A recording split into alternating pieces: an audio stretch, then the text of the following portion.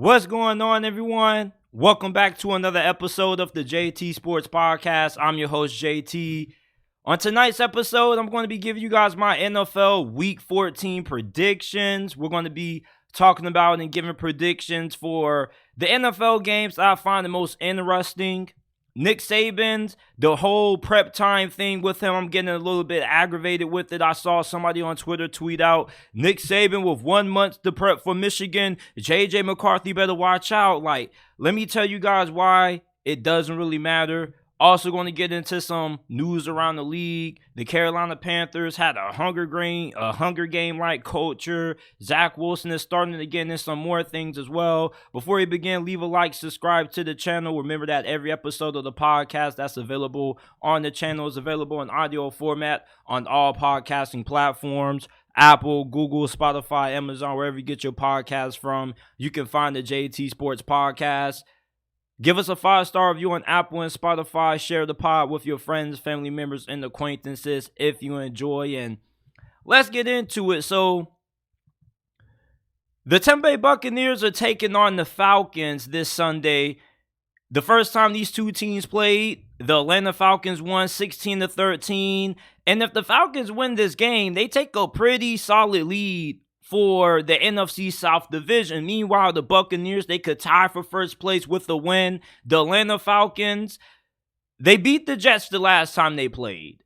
And this team offensively is not that great, due in part to Desmond Ridder not being that good. He has problems taking care of the football. The defense has played really well, even with the injury to Grady Jarrett.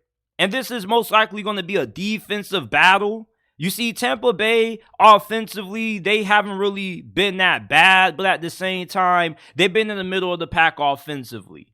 And this game is going to come down to which team can take better care of the football, meaning that if you're the Atlanta Falcons, you need to make sure that Desmond Ridder doesn't turn the freaking football over. That's been the biggest issue that he's had, especially in the red zone.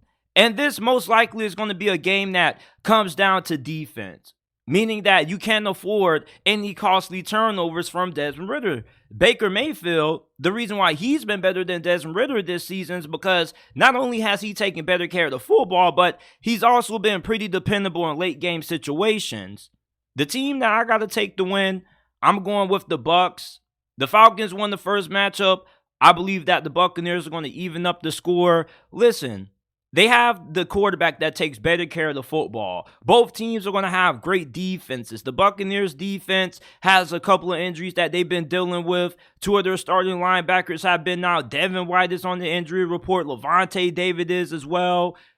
Even with the injuries that they've had, the majority of the games that they've lost, they've been fairly competitive in. Even against the 49ers, they only lost to them by 2 touchdowns. So you look at the Atlanta Falcons, the fact that they have an issue with Desmond Ridder taking care of the football. I don't trust him in a game like this. That's going to come down to defense, and ball security is key.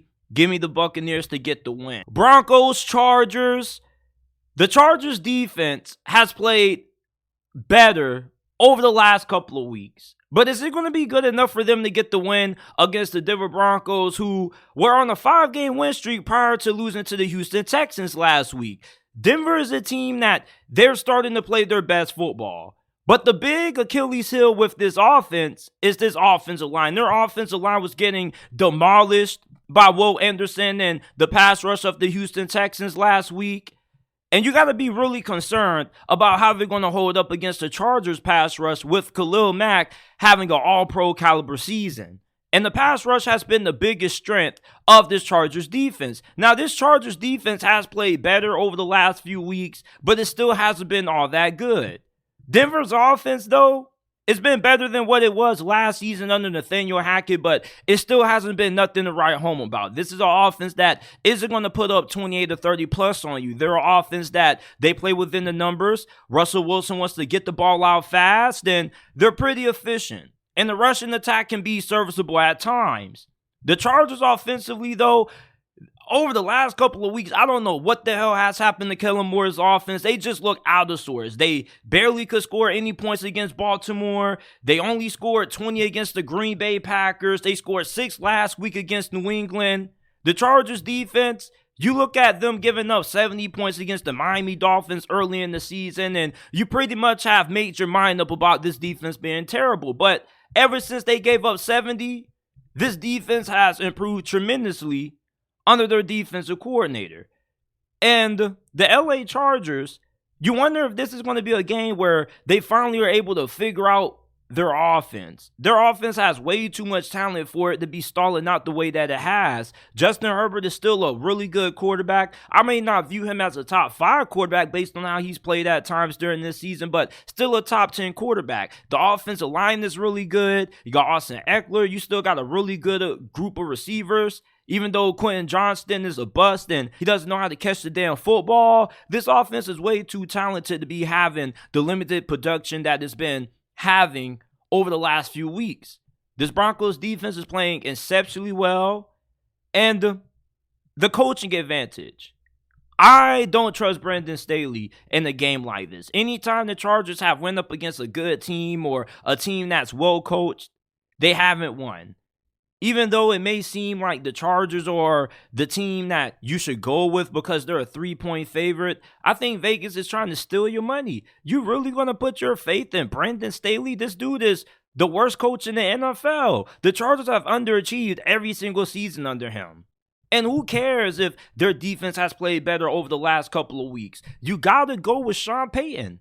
The coaches that are bad normally lose around this time of the season when they are going up against a really good coach. You started last week when the Detroit Lions started out 21-0 against the New Orleans Saints, and New Orleans came back and made that a game, but Detroit still won. And the main reason why Detroit won is because Dan Campbell's just a better coach than Dennis Allen. With these bad coaches, if you notice a trend, they don't win consistently against well-coached football teams. You can't judge this game all on talent. On paper, the Chargers should be a playoff team. They should damn near be a Super Bowl contender, but they're not. So you really going to trust them to beat Sean Payton, a better coached football team? Yeah, messing with the whole talent argument. Who cares? Brandon Staley isn't good. And when you got a bad coach, you're not going to be able to win games against well-coached football teams. Give me the Broncos 24-13 as my final score prediction. I saw something on Twitter that said that Michigan should be worried because Nick Saban has a month to prepare for them. And I've heard this narrative thrown out about Nick Saban nearly every single year Alabama's in the playoffs. It's similar to the whole Batman argument that they make. Oh, Batman can beat anybody as long as you give him time to prepare. And we get that Nick Saban is a really good planner. He's really good at preparation. His teams are normally really well prepared in playoff matchups. But this is the most talented team that Alabama has ever faced in the first round of the semifinals since they lost to Ohio State when they had Cardale Jones. You see, the last previous times that Alabama has been in the playoffs, they've cruised in the first round because they haven't played nobody that has been able to truthfully rival them in talent. Remember, they beat Cincinnati in 2020, Michigan State, Washington, Notre Dame 1 year, Oklahoma. They don't really play teams as good as what Michigan is. Michigan, this season, they're good enough to rival the talent that Alabama has. Now, I'm not knocking Nick Saban for how good of a coach he is. We know that he's going to have this team ready to play. But let's stop at making it seem like he's just invincible in the first round. Jim Harbaugh, I'm definitely sure that he learned from his lesson last year when Michigan got outcoached by TCU and they got upset. You really think that Jim Harbaugh is about to come into this game ill-prepared? Nick Saban, yes, we know that he's been here before, but his first-round games in the past have been against inferior opponents, rival to the talent that Alabama has.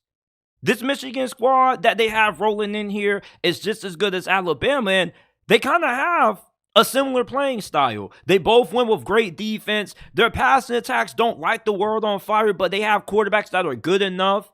Although I will say that JJ McCarthy is the slightly better quarterback than Jalen Milroe, because he's a more effective passer. But Jalen Milroe is such a dynamic athlete that Michigan, how are they going to fare against that? Because they haven't seen a quarterback with this kind of athleticism all season long. Nick Saban, we get that he's a great coach and all, but we got to stop trying to make it seem like Michigan doesn't have a shot in this thing. Okay, we know that Nick Saban is a god when it comes to preparation. We get that. But to make it seem like this dude having a month to prepare is going to be a huge reason why Michigan is going to lose this game, I think it's nonsense. This is going to be a really good game and go either way. The last time I checked the spread for this game, Michigan was only a 1.5 point favorite. When this game initially got released, when it first came out, Michigan was a 2-point favorite. Both of these teams are evenly matched. I think that both of these coaches and the coaching staffs that they have are par with each other. This is going to be a game that comes down to defense and which quarterback is going to be able to make the bigger plays. We got to stop making it seem like Jim Harbaugh is this novice coach. This is somebody that took a team to the Super Bowl before. Michigan has came up short in the semifinals before, and we all think back to that TCU performance when they got outcoached by Sonny Dykes and that staff. I'm definitely have a lot of confidence that Jim Harbaugh is going to have this Michigan team ready to play. It doesn't really mean too much that Nick Saban has a month to prepare. He had a month to prepare a while back in 2014, and he lost to a backup quarterback in Urban Meyer and Cardale Jones, and they went on to win the national championship eventually. So it's not like Nick Saban has never lost in the playoffs before. As I said earlier, he's never played a team in the first round as talented as what Michigan is since 2014 Ohio State. I don't think that anybody playing Michigan should be ultimately worried about Nick Saban having a month to prepare. It doesn't really mean too much because Jim Harbaugh, he has a month to prepare also. If you haven't already, leave a like, subscribe to the channel. We're not done yet. We're not even close to done. We got a lot more games to break down. We got to talk some more NFL topics. You know, Zach Wilson is a starting quarterback again. There's a lot of things that we got to get into. Remember that every episode of the podcast is uploaded. That's uploaded on the YouTube channel. It's available in audio format on all podcasting platforms. Apple, Google, Spotify, Amazon, wherever you get your podcast from. You can find the JT Sports Podcast and rate us 5 stars if you enjoy this episode. The LA Rams are heading on the road to Baltimore to take on the Ravens off a bye week. Baltimore plays their best football at home. They dismantled the Seattle Seahawks and the Detroit Lions in Baltimore not too long ago. The Rams are really hot, but they have a major disadvantage in this game. Their offense is really talented. And they got some really talented young players on this offense outside of Cooper Kupp. We know about Puka Nacua, who's been the best rookie wide receiver this year. They got running back Kyron Williams back. He's been causing hell the last few weeks. The Ravens defense, though, is the best in the NFL statistically. They got a lot of talent on the pass rush. They got a really good secondary. And it's been really hard to move the ball on this defense. And when you think back to some of the Rams' more embarrassing losses that they've had this season, when they got blown out by Dallas. Well, I wouldn't say they got blown out by Dallas, but, you know, that game wasn't really close. And they also lost to Green Bay 3-20. Against the Dallas Cowboys, it was 20-43. And against the Eagles, it was 14-23. When this offense has gone up against talented defenses, they struggled. The Ravens are a 7-point favorite, for the reason that anytime they've played at home, they've looked super dominant. Their only notable home loss that I can remember from this season was when they lost to the Cleveland Browns in a really weird game. You see, the problem with the Ravens is that they get themselves in trouble when they don't play efficiently. When they're turning the football over, they're not able to run the football effectively. Yeah, we know that Todd Monken, being their offensive coordinator, has elevated the passing game and Lamar Jackson's passing ability to an extent that we've never seen before. But let me ask you this. Do you know who leads the NFL in rushing yards per game? It's the Baltimore Ravens. And when they lost to the Browns, what were they unable to do? Run the football. Can the Rams slow down the rushing attack of Baltimore and force them to put this ball in the air, and maybe the receivers have one of those games when they're dropping passes? Is this a game where Lamar Jackson kind of comes up a little bit small? He hasn't really been asked to do a whole lot relative to that game against Cincinnati. When the Ravens are at their best, they're running the football, and they got really good running backs. Now, can the Rams, are they capable of being able to slow down the run game? Because I'm pretty confident that they're not going to be able to. We saw how this run defense played against the Browns, and this defense got shredded up by Joe Flacco. This defense is going to have their best performance of the year, and you're also going to need your offense to hold up their end of the bargain going against the best defense in the league, and I strongly doubt that that's going to be able to happen. I like the Ravens to win. I like them to cover that -7. I'll take them 31-13 is my final score prediction in this game. The Rams are in for a really tough game. Sean McVay is a really good coach, but you can only scheme up so many things when you're at a major talent disadvantage like this. And one thing we know about this Ravens defense is that unless this offense just completely implodes on themselves and they have a lot of turnovers, this defense probably isn't going to give up any more than 14, 17 points at the most. So I like the Ravens to win. I don't think this game is going to be pretty close at all. Jags, Browns. Do you know that the Browns are one of the best teams in the NFL when it comes to winning at home? They've only suffered one home loss this season. The Jaguars, they're the best road team in the league. They haven't lost a road game yet. And it's odd how the Jags play their best football on the road relative to how they play at home. We saw Trevor Lawrence have a nasty injury Monday night against the Cincinnati Bengals in a loss. He has a high ankle sprain. Reports coming around say that he's going to be doing round-the-clock rehabilitation, and he could play in this game. There's like a 60-40 chance that he does, 60% chance that he does, 40% chance that he doesn't.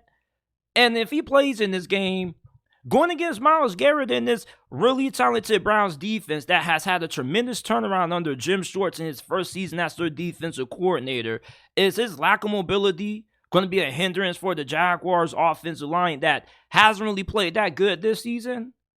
Jacksonville is a team that can be really up and down at times. When Trevor Lawrence gets pressure in his face, he's not that great. He's a quarterback that at times, when the pass rush really gets after him, he gets rattled. The Browns got a really great defense. We don't know what the hell to expect from the offense. Joe Flacco looked good against the Rams. The Jaguars gave up a really big day or a really big night to Jake Browning, the Bengals backup filling in for Joe Burrow. Their pass defense has been their Achilles heel all season long. Their secondary is not good. Josh Allen's their only consistent pass rusher. Trayvon Walker, he can't get consistent pressure on the QB. He's a bust. The lack of pass rush for Jacksonville could hurt them in this game. Their run defense is arguably the best in the NFL. They're top 5 against the run. But Cleveland, they've showed last week that they're not afraid to ask Joe Flacco to throw the football downfield. They're not just doing check down passes. They're trying to push the football down vertically.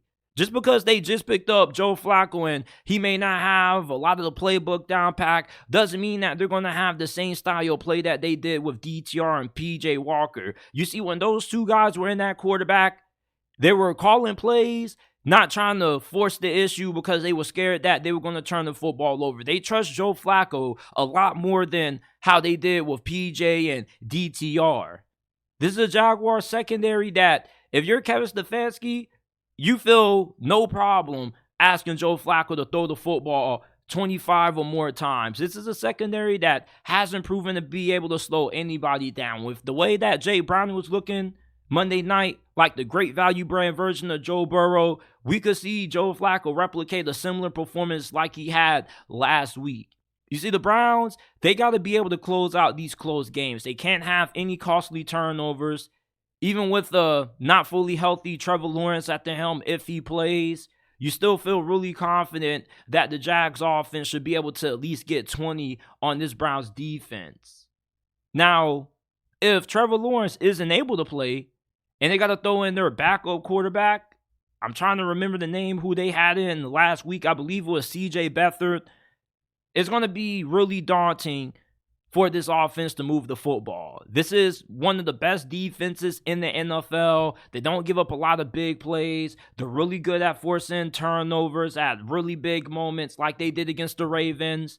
And this is a win-win game for both of these teams. The Browns need to win this game to hang on to the last seed in the AFC. The Texans are right on their behind. The Jaguars need to continue to win so they can hold off the Houston Texans for the division potentially.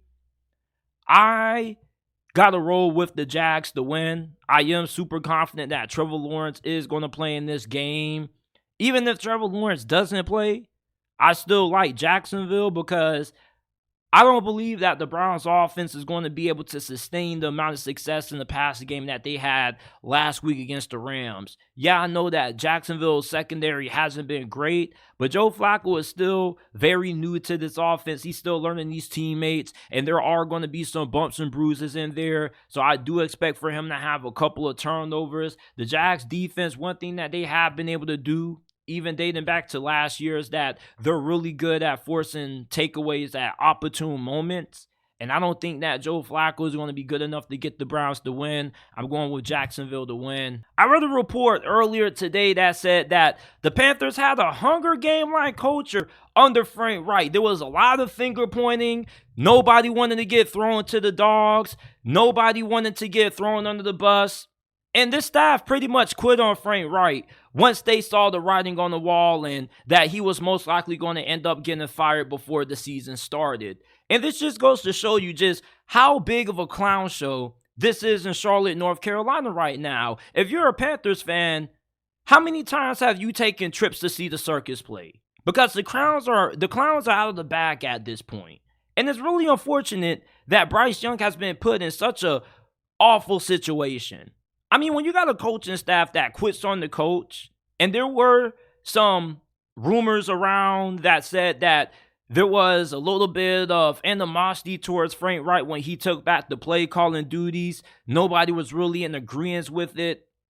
And this is just a really ugly situation that transpired in Carolina. You know, David Tepper, he's not exempt from any of the blame. This is somebody that doesn't know how to keep his hands from out of the damn cookie jar. If you're going to hire somebody, you got to allow them to do their job.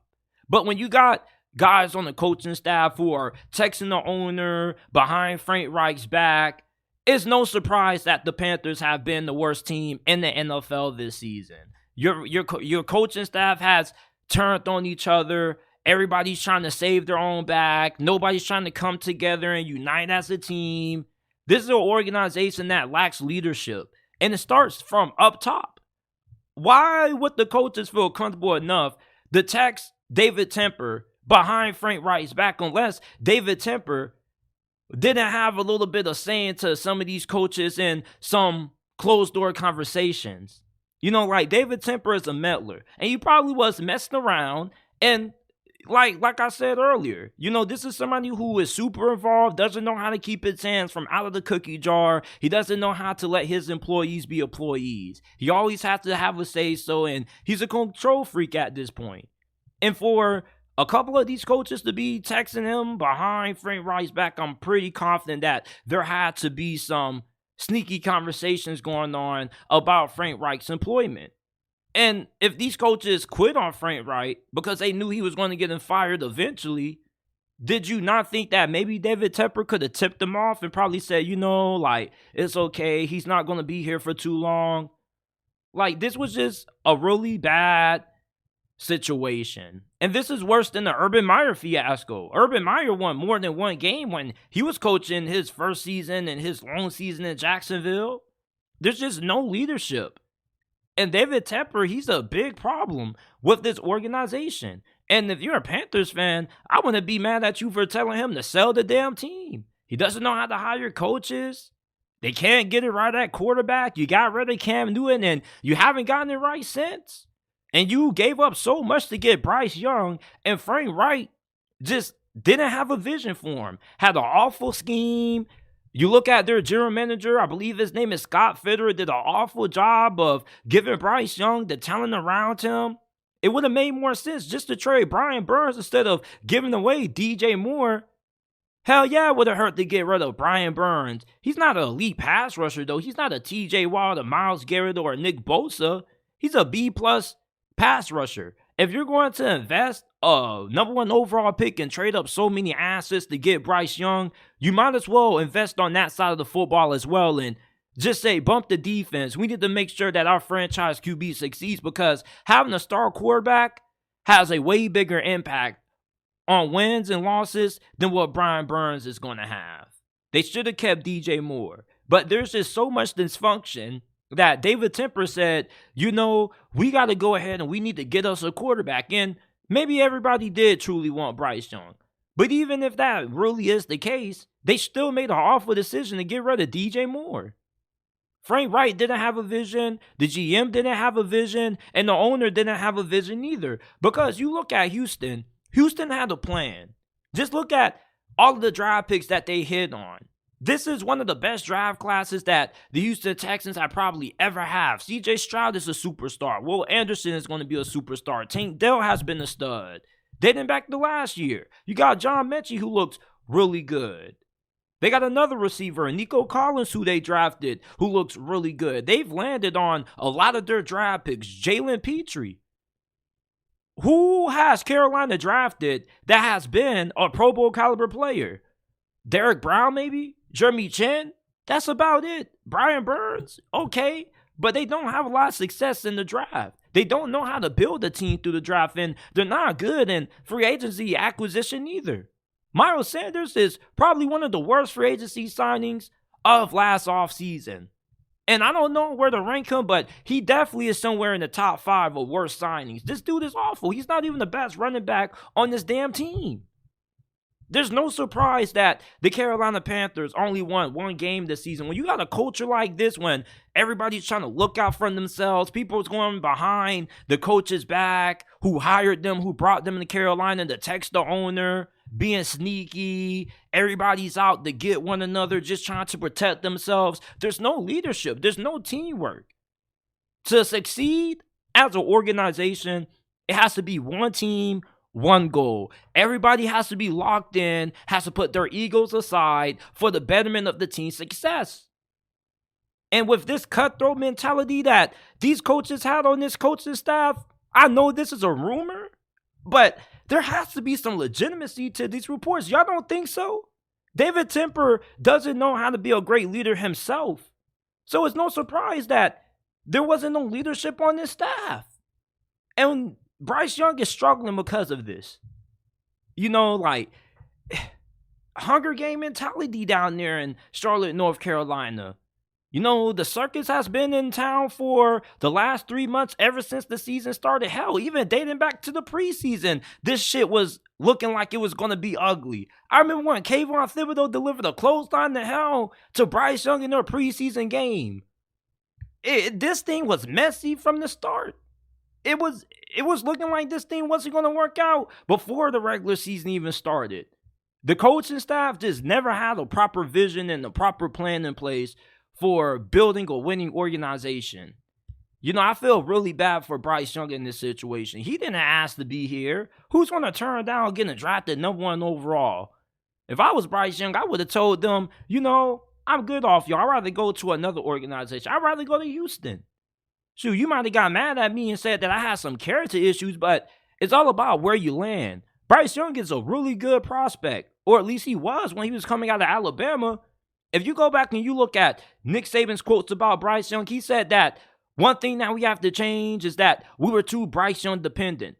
Why do you think that he got rid of his whole entire coaching staff? He cleaned house and brought in a whole new coaching staff for this season. And it wasn't just those normally talented Alabama teams that you always see. Those were probably the most least talented teams that Nick Saban has ever had. And they were carried by Bryce Young. Regardless of how smart the dude is, this dude is really accurate, has great anticipation, and he doesn't have any chance of succeeding because he has an offensive line that allows him to get sacked as soon as he gets the football, and his best receiver is 30-something-year-old old man Adam Thielen. There was no chance that Bryce Young was going to succeed, especially when you look at how poor this coaching staff was. I mean, just look, they had a Hunger Game-like culture under Frank Reich. Everybody was trying to stab each other in the back. No leadership. And Bryce Young has suffered because of it. Like what Thanos said in Avengers Endgame, you couldn't live with your failure. And where did that bring you? Back to Zach Wilson. The New York Jets are back at it again with Zach Wilson at quarterback. He's going to be starting against the Houston Texans this week. Look, we knew that the New York Jets were in a bad situation once Aaron Rodgers went down. They put Zach Wilson on the bench in the fourth quarter of the blowout loss to the Buffalo Bills. They gave Tim Boyle a try. He was terrible. Trevor Siemian was no better. And Zach Wilson at this point, you might as well roll with him. Because he was no worse than the other two quarterbacks that you had out there. And Zach Wilson has had some okay moments this year. He played the game of his life against the Kansas City Chiefs on Sunday Night Football. In the locker room, probably at this point, they don't give a damn who's at quarterback. You can't even get mad at Zach Wilson anymore because he's better than whatever else you could have put in out there. And they're not going to beat the Houston Texans. They're going to lose. The Texans defense is really good, especially when it comes to forcing turnovers. Zach Wilson, you're just throwing him out there because you got nothing else better. And the least that you could hope that will happen is your defense comes away with a few big takeaways themselves and they can get a few big stops and you can keep this being a low possession football game and maybe Zach Wilson can hit a deep play downfield to Garrett Wilson. Maybe Breece Hall breaks off a big 60, 70-yard touchdown run. This is the worst offense in the NFL. Zach Wilson, he's not the blame for all of the Jets' issues, but he's part of the problem. And he's not part of the solution. And there was a reason why they decided to trade for Aaron Rodgers in the first place. Okay, Aaron Rodgers going down pretty much was the end of the Jets season. They fought and they pulled off a couple of upsets. They beat the Buffalo Bills. They upset the Philadelphia Eagles. But I watched the Miami Dolphins Hard Knocks a couple of days ago. And you know what Mike McDaniel said prior to the Dolphins playing this game on Black Friday? He said that I see a football team that doesn't look like they're having a lot of fun out there. Yeah, when you got a bad quarterback in Zach Wilson, who cares if Zach Wilson is playing better than what he did in previous years? It's still not good enough. He's not good enough to carry this bad offense. When you draft somebody as high as what you did with Zach Wilson, they're supposed to be able to elevate your team. He doesn't do that.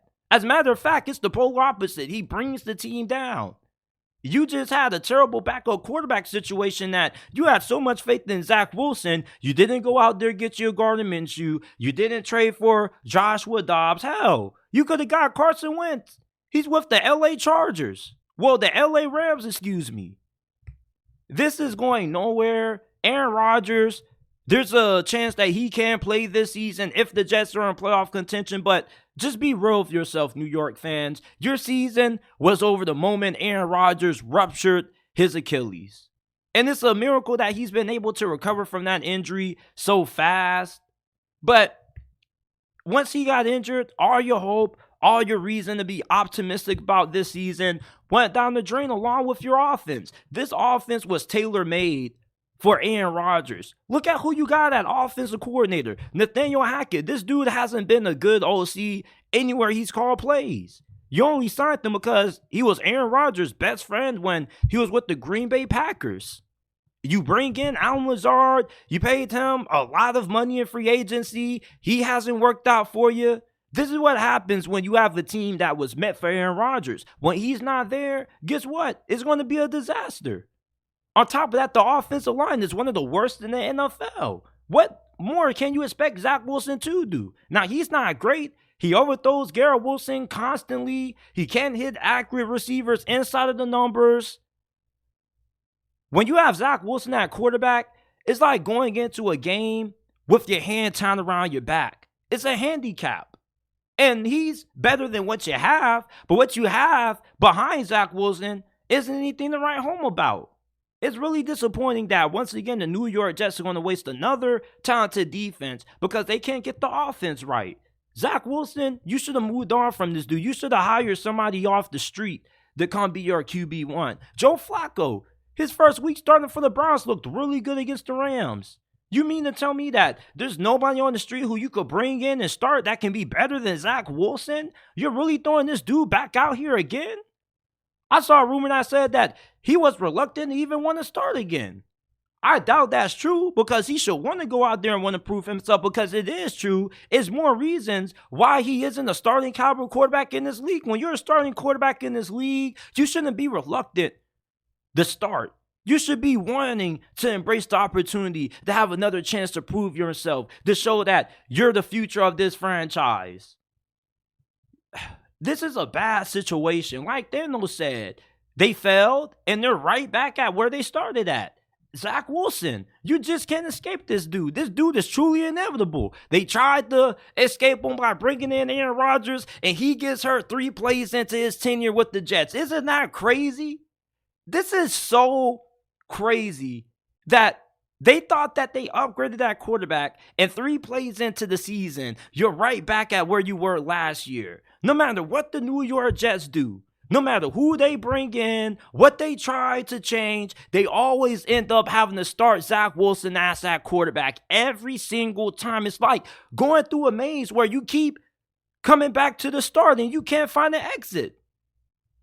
I feel bad for Jets fans, man. You guys are really going through it. You guys haven't had a good quarterback since ever, man. You guys had Mark Sanchez, Sam Darnold, Ryan Fitzmagic for one season. Oh my goodness, you guys just can't catch a break. Holy cow, Zach Wilson is really starting again. I thought this was the last that we saw of this dude. When he got benched after that Buffalo game and the reporters asked him how he felt about the bench, and he was like, I didn't play well. Do you know how demoralizing that has to be as a pro to say that you play bad and yeah, you deserve to be on the bench? And then he's right back out there, man. Oh my goodness. Indianapolis takes on Cincinnati. This is one of the more underrated games that we have in week 14 because believe it or not, the Colts are a playoff team right now. Don't ask me how the hell they are 7-5 without Anthony Richardson, but I'll tell you this. This is a team that you can't afford to have any mistakes, any costly penalties or turnover against them because they're going to make you pay.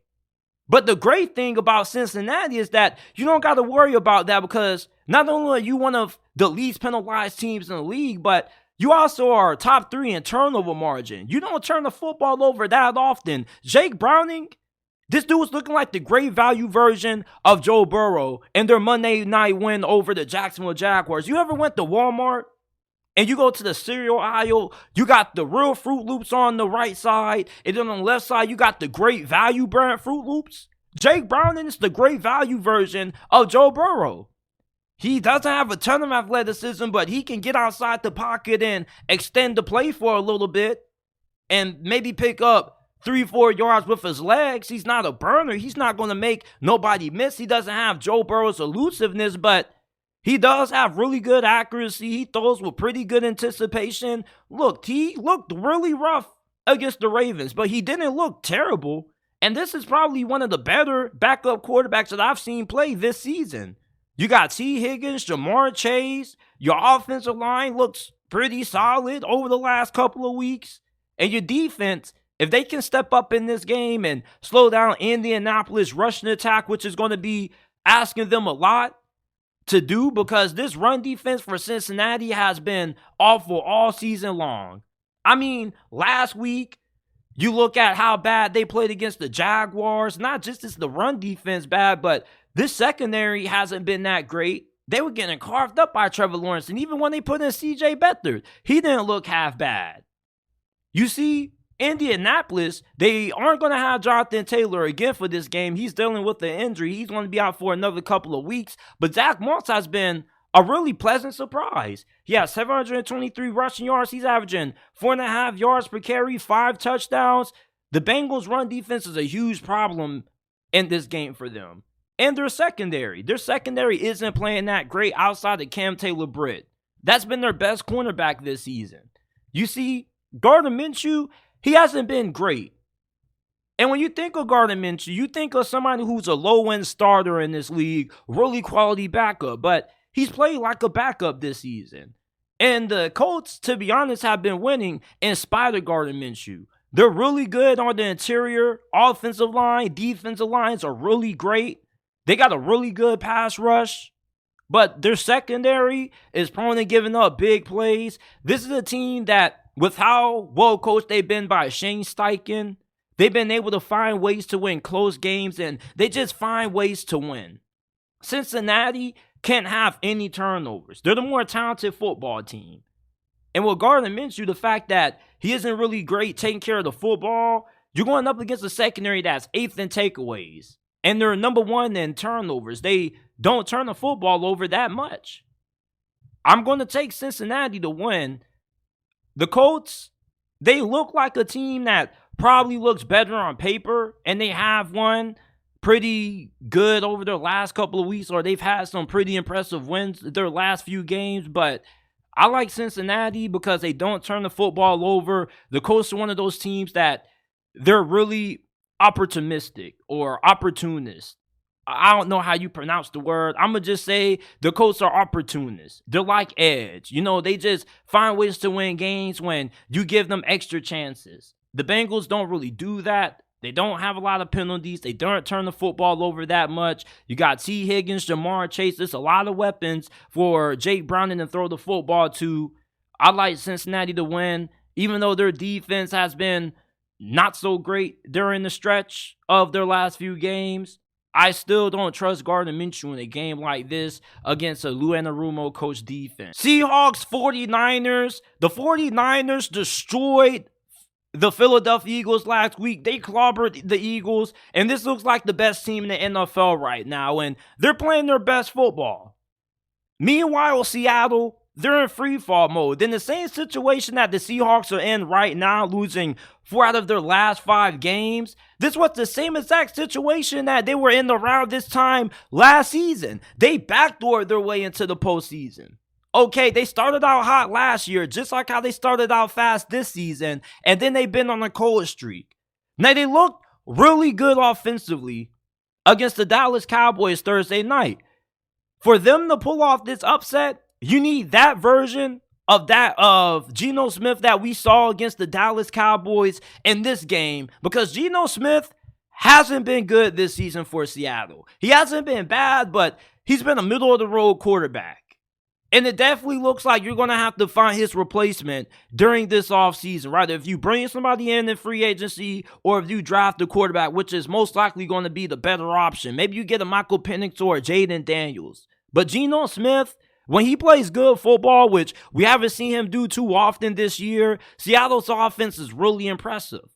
But the thing with Geno Smith is that you got to have an effective run game for him to play at his peak level. Last week, he was really good throwing the football downfield. He had a couple of big throws to DK Metcalf and JSN. The Seahawks have a lot of talent on both sides of the football, but they don't execute to the top of their ability every single week, and they underperform. The 49ers, they already dismantled this team once. It was 31-13 the last time these two teams played, and you got to think that the outcome isn't going to be any different, barring if you get the Geno Smith that you saw last year and last week against Dallas. If Geno Smith can play well, the Seahawks have a chance to win this game. The San Francisco 49ers defense is really talented, but their secondary has been inconsistent this year. And if you can get effective quarterback play, you got a chance to be able to score some points on this defense. You got too much talent at wide receiver for you to not be able to move the ball offensively. It really all just comes down to Geno Smith, and can this offensive line be able to protect them? This offensive line also has played a little bit down this season. Seattle just hasn't played up to the level of talent that they have. Their defense, we thought it was improved, but it still has been bad, like how it has been since they got rid of Richard Sherman, Earl Thomas, and Kim Chancellor left. And the 49ers offensively, they're rolling. Brock Purdy, it's like poetry in motion when he's in that quarterback. He throws with great anticipation, great timing. This pass rush has to be able to get after him and disrupt his rhythm. He's a rhythmatic passer. When you can get him off base and the quick throws ain't there and you got to force him to try to get big throws downfield, that's how you can get him in trouble. You got to be able to slow down CMC. You see, last week in the second half, the 49ers were really giving it to giving it to Philadelphia in the run game. Seattle has to be able to have the defense that can keep this 49ers offense from being able to get those quick passing plays and for them to be able to get a lot of yards after the catch. That's where they make their living at. I'm taking San Fran to get the win. I doubt Seattle's going to be able to pull off the upset. I just believe that the 49ers are playing their best football right now. Geno Smith had a good performance against Dallas, but I doubt that he's going to be able to replicate that in this game against the 49ers, who right now it looks like they just have all the answers on every side of the football. Give me San Francisco. 28-17 is my final score prediction.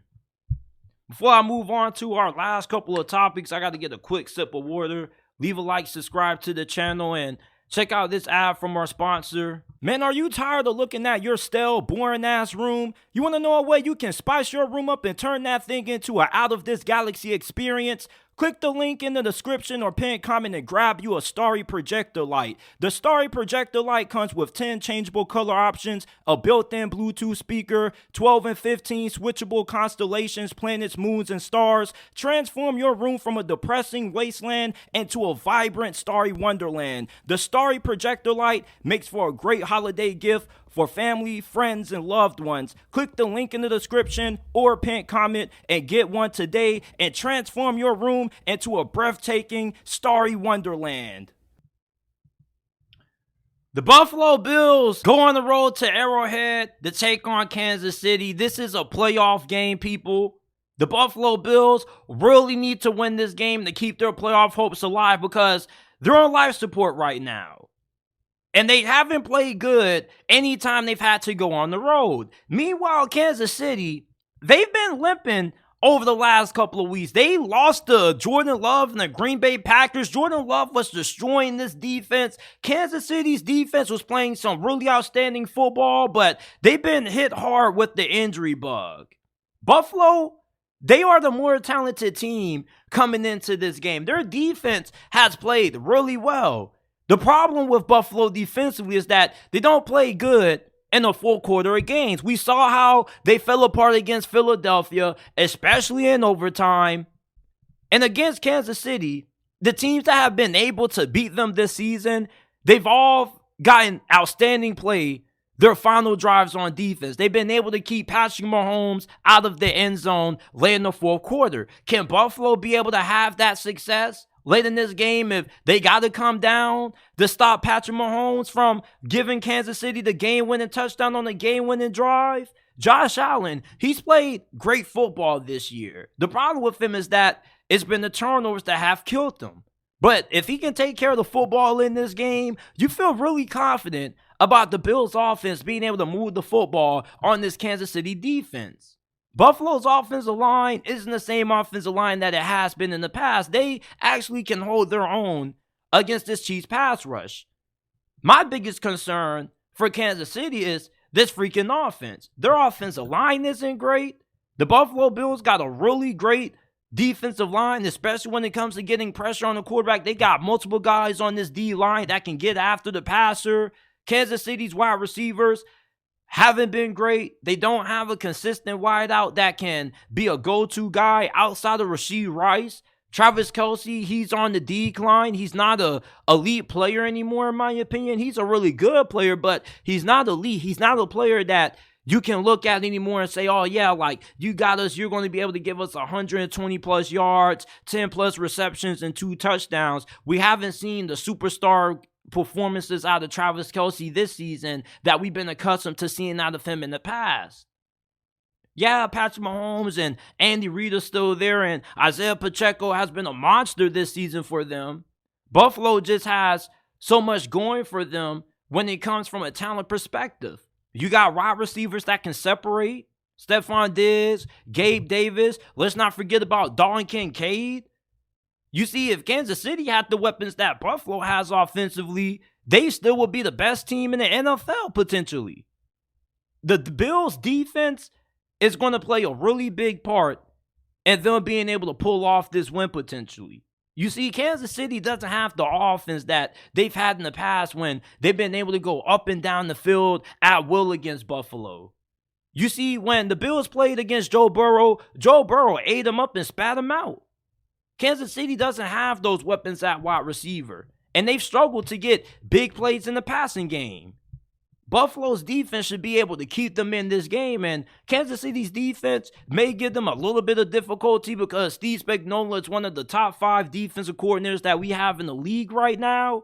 But with the injuries that they have, especially with how talented the Bills are on offense, especially at wide receiver and skill position, plus you got Josh Allen, This seems like a game that Buffalo has everything on their side and able to pull off the win. But this also is Kansas City, and we know how hard it is to win an Arrowhead, especially in December. And one thing that we know about Kansas City is that you're not going to beat them badly where they're not going to have a chance to win this game at the end. You see, Buffalo, they got to be able to close out Kansas City. You cannot allow this game to come down to Patrick Mahomes getting a final possession, because that's where you're going to lose. That's what has hurt Buffalo this season. They not only have beaten themselves, like when they had all those turnovers against the Denver Broncos, but against Philadelphia, they should have won that game. But their defense played small. And that's been the situation way too often with Sean McDermott and this Bills defense. This Bills defense, they play well for 3 quarters, but in the 4th quarter, where they get asked to close out games, they haven't been able to do it. To beat Kansas City, you have to be able to close them out. Philadelphia was able to close them out, even with them having some penalties that went against them. They still were able to get Mahomes off the field, and they were able to win the game. Same thing with the Green Bay Packers. And the Green Bay Packers have been doing this with injuries on that side of the football. If the Packers and the Eagles, who have defenses that are not as good as yours, can find a way to get Mahomes off the field to win this game, you should be able to do so also. And if the Bills defense can't find a way to get it done, that just goes to a bigger conversation that we got to have about why Sean McDermott has to go. And I'm taking the Buffalo Bills to get the win, though. You see, Kansas City, they're out of sorts right now, offensively. And Buffalo offensively should at least be able to score 24 points to win this game. It's going to be a struggle for Kansas City to get to at least 20 points in this game with how well Buffalo's defense has played. And hopefully, the Bills win this game with Josh Allen having the ball in his hands to win it instead of Patrick Mahomes. And I believe that this game will come down to that. But even then, I still think that the Bills defense, they've come up short in the past, but eventually with how much talent they have on that side of the football, even with the injuries that they've suffered, you trust them to be able to find a way to win this game and stop Patrick Mahomes. If Green Bay can do it, fuck it. The Bills should be able to do it too. Jalen Hurts has not played really good this season. Let me start that over. Jalen Hurts has not played well this season. He hasn't played bad, but he hasn't played at the level that he did in 2022. And some people have been wondering what's been going on with Jalen Hurts. He hasn't played at 100%, and he only plays well in the 4th quarter of games. And David Carr, the brother of Derek Carr, who is an analyst for NFL Network, he had a really interesting suggestion about how the Eagles should handle Jalen Hurts' struggles. I think the only way that they get there, to Imrov's point, is Jalen is 100%, and he is that dynamic weapon in the run game, because that creates your offense on the outside and your one-on-ones. Clearly, Jalen isn't comfortable reading through a defense in a drop-back pass scenario. Some would say he's not even good at it. And I think that when you look at this team, you have to have a serious conversation if you're Philly, and you have to really say, is it better for us to play Marcus Mariota right now and let Jalen get fully healthy? Ooh. Because I would argue that it does not matter if you're the number 1 seed. Because if the 49ers come into Philly again, they do not care. They do not care. If raining in Philly, doesn't matter. But irrelevant. You're the coach. You're Nick Sirianni. You go up. Listen, I get what he's saying. Jalen Hurts isn't fully healthy. Why not rest him for a couple of games? And you may lose a few, but at least you'll have him back at full strength, and you'll have a better chance at making a deeper playoff run and winning more games in the long term versus trying to have him be a warrior playing at 70%. That is a very fair point, but it's still pretty dumb when you look at the bigger picture of it, because a 70% Jalen Hurts is still better than 100% Mariota fully healthy. Marcus Mariota didn't look good in the preseason, and this is an Eagles team that at the end of the day, they're only going to go as far as what Jalen Hurts can take them. And I think that it's better to have him out there, even with him not being fully healthy, than to throw Mariota out there, and he still gives you a better shot than what Mariota is going to give you. Mariota hasn't shown the ability to win in big moments. Jalen Hurts plays his best football in the 4th quarter. When Marcus Mariota was last a starter in Atlanta, every time the game was on the line in the 4th quarter, he folded every single time. David Carr, he made a fair point when he said that Jalen Hurts isn't fully healthy, and maybe it would be smart for the Eagles to try to sit him for maybe a game or two for him to get more healthy. But at the same time, they still are in control of the number 1 seed. And that game that you don't have Jalen Hurts healthy for, if you end up losing to Dallas, or you lose another tough game like against the Miami Dolphins, then you could end up losing control of that 1 seed. You rather have Jalen Hurts battling through his injury, and then you get that 1 seed, you get that first round bye, and you can rest him up then. Or maybe you can rest him up the final week of the season. If you already are able to clinch the number 1 seed and you don't have to play him for too many quarters, you can rest him up for 2 weeks potentially. But this late into the season, you can't afford to have Jalen Hurts sitting when you have a first round bye at stake. You can sit Jalen Hurts later. Jalen Hurts not being healthy still gives you a better chance than a fully healthy Marcus Mariota. You see, Jalen Hurts, the whole thing about him not being able to read defenses and coverages, I think that's mildly overblown. Is he one of the best processors? Is he one of the best processors in the NFL? No, he's not. Is he a Dak Prescott or Joe Burrow? No, he's not. But he's still a really efficient passer, especially when he throws the football downfield outside the numbers. And there's been plenty of big throws that Jalen Hurts has made in the second half of games with the game on the line. It's not about how you start. It's about how you finish. Plus, you don't get the same advantage with him when you go with the QB sneak or the brotherly shove. The brotherly shove is so effective because Jalen Hurts is power squatting damn near 600 pounds.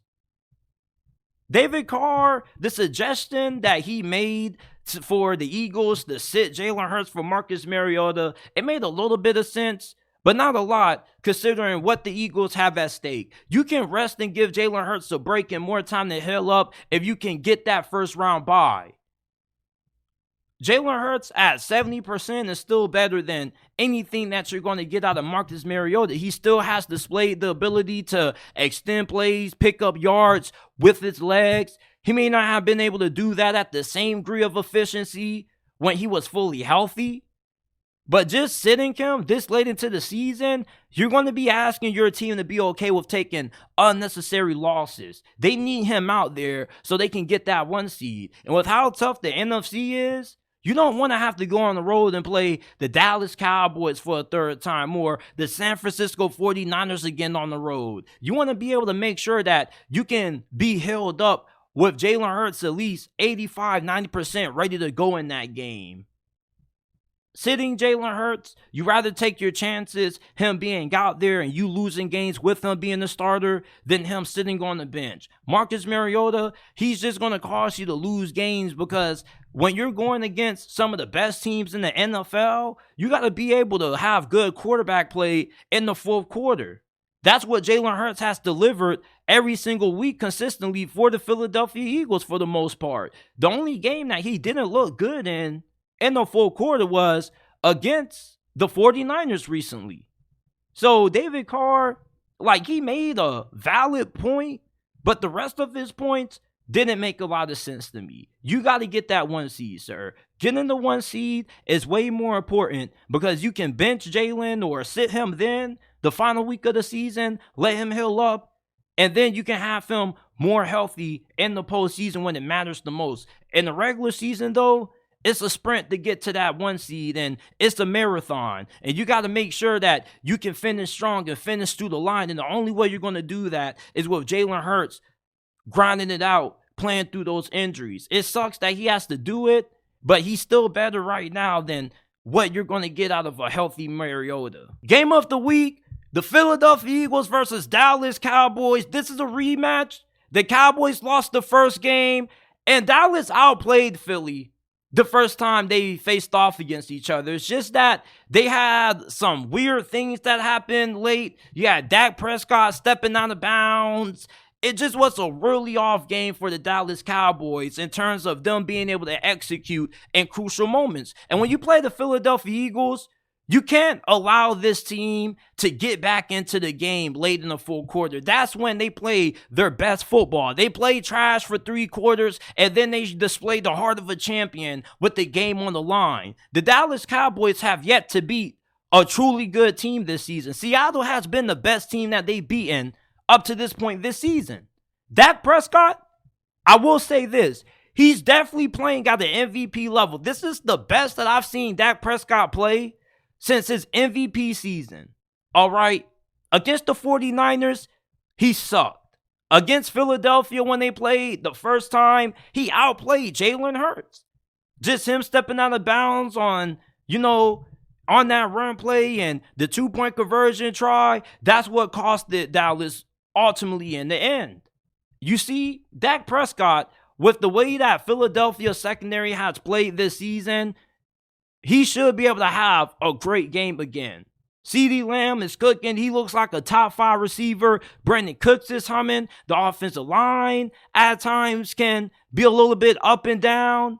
But with this Eagles secondary struggling, James Bradbury, Darius Slay looking like they've lost a step, Dak Prescott should have a great game against this Eagles secondary. The key for Philly's defense is that pass rush being able to tee off and hit home. Dallas needs to start this game out fast. They need to start out scoring on their first 4 possessions. If they can get out to a big lead early, you feel really confident about their chances to win this game. Mike McCarthy isn't a bad coach. He's a good coach. He's just not a coach that's good in the big games, especially in the playoffs. If Dallas wants to show that they are legitimate Super Bowl contenders, they need to win this game. They've yet to be in the team that has a record of above 500. Seattle doesn't count. Seattle has lost 4 out of their last 5 games. They're in free fall mode. This is the game that's going to show us everything about the Dallas Cowboys and what they could be potentially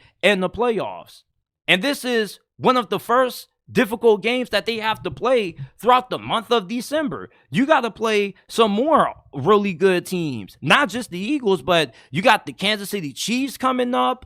You got to play the Buffalo Bills. I mean, this schedule gets really difficult. Well, they don't play the Chiefs, but they got to play the Buffalo Bills, the Miami Dolphins, and the Detroit Lions over the next 3 weeks. So you got to make sure that you can win this game. You win this game, and you take control of the 1 seed in the NFC, which is something that the Cowboys haven't had in a while. Imagine if the Cowboys get that first round bye, that 1 seed. Then that means that the playoffs runs through Dallas. Plus, they will only have to win 1 more game to get to the conference championship, and then they will only have to win that game to get to the Super Bowl. So 2 wins gets you into the big dance. And I know I said they played the Kansas City Chiefs earlier. My fault. They don't play Kansas City this year. I meant the Detroit Lions. But the Dallas Cowboys, they really need to win this game to affirm to everybody that they are legitimate when it comes to their chances of being able to win the Super Bowl, because I still don't take this team seriously. Say what you want about Philadelphia not playing for a full 4 quarters, at least they show it when the game is on the line. This is an Eagles team that's been battle-tested. They got close wins against the Chiefs, the Bills. Dallas, they've yet to be able to beat a good team. There's more to prove for Dallas in this game than it is the Philadelphia Eagles. When you think about the stakes in this game, they definitely are huge for both of these teams. But the Eagles have more to lose than what Dallas does. If Dallas loses this game, then they still are in the same situation that they were prior to this game taking place. You see, Philly, they need to win this game so they can get that first round bye. And with Jalen Hurts not being at 100%, it's really important that they're able to win that 1 seed, as we talked about earlier. And Jalen Hurts has to play a complete game. The Dallas Cowboys, regardless of them being unable to beat good teams up to this point, they're still a really talented football team, and you can't have a game when Jalen Hurts only shows up late in this game because it may not be enough. Like we saw against the 49ers, they got out to a slow start, and when they got rolling in the second half, it was too little too late. I'm rolling with the Cowboys to win this game. Surprisingly, I believe that the Cowboys are good enough that they should split with the Eagles. I don't know if they cover. this probably could be a game that comes down to 2 points or less, maybe a game-winning field goal by one decides the outcome. The Cowboys are just way too good of a team talent-wise, and I do think from a coaching standpoint, they're on par with what the coaching the Eagles have gotten this year. Their new coaching staff hasn't really been that good. The defense hasn't been good. The offense has been inconsistent. I like Dallas to even the season score up. Give me the Cowboys 28-27 final score prediction for this game. This is it for this episode of the JT Sports Podcast. I appreciate you guys for tuning in. If you enjoy, leave a like, subscribe to the channel. Remember that every episode of the channel that's uploaded, or every episode of the podcast that's uploaded on the channel, is available in audio format on all podcasting platforms: Apple, Google, Spotify, Amazon, wherever you get your podcast from. You can find